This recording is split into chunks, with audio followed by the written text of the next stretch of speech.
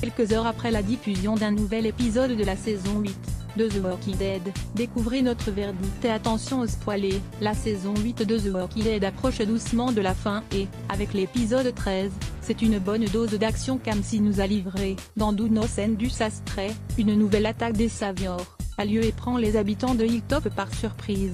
Et oui, car même s'ils s'attendaient à une nouvelle offensive, les armes infectées des Saviors sont d'une efficacité mortelle. L'épisode s'ouvre sur un Morgan qui hallucine Gavin après avoir laissé Henry le tuer, mais il se retrouve distrait par des klaxons qui signalent l'arrivée des Saviors.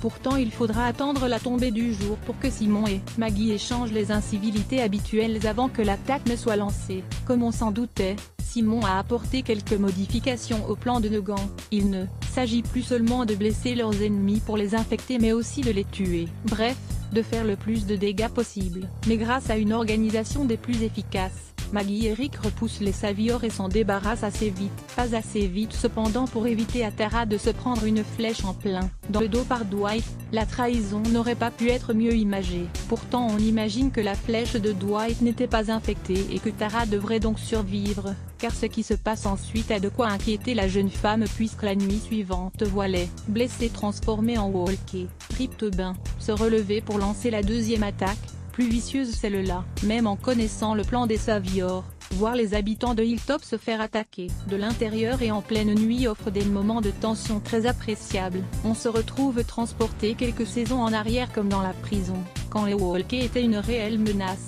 Par ailleurs, forcer les survivants à tuer leurs propres amis apporte une touche d'émotion qui avait disparu tellement le planter de couteau était devenu habituel pour les personnages. On pense notamment au face-à-face de Carol avec Tobin. En bref, c'est une séquence réussie pour l'épisode 13 de la saison 8 de The Walking Dead, qui nous fait presque oublier à quel point Henry est insupportable. Et oui, car pendant que les morts se relèvent, Henry se pointe dans l'enclos des Saviors prisonniers, mitraillette à la main et toujours aussi déterminé à savoir qui a tué son frère. Croire qu'il n'a pas écouté Morgan qui lui a dit qu'il s'agissait de Gavin dans l'épisode 11. Et comme toujours dans The Walking Dead, quand un gamin attrape une arme, ça finit mal. La panique à l'intérieur de la maison et quelqu'un infecté crée la diversion parfaite pour que les Saviors s'échappent, avec Gregory qui ne sait visiblement toujours pas dans quel camp se situer. Alden quant à lui préfère rester, tout comme une poignée de Saviors, et Vullet, et garde Simon pour lui et ses camarades prisonniers. On peut les comprendre. Hilltop risque d'avoir du mal à se relever de ces attaques, et le dilemme chez Maggie est plus présent que jamais.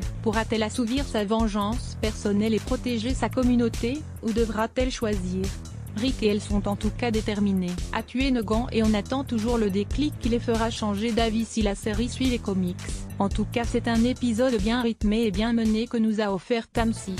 L'ambiance de maison hantée a apporté une bonne touche de suspense. Entre la nuit, des morts vivants, le fantôme de Gavin et même le gamin qui fait peur. Comme toujours dans The Walking Dead, c'est à l'approche de la fin que la série se réveille et on espère que les 3 derniers épisodes seront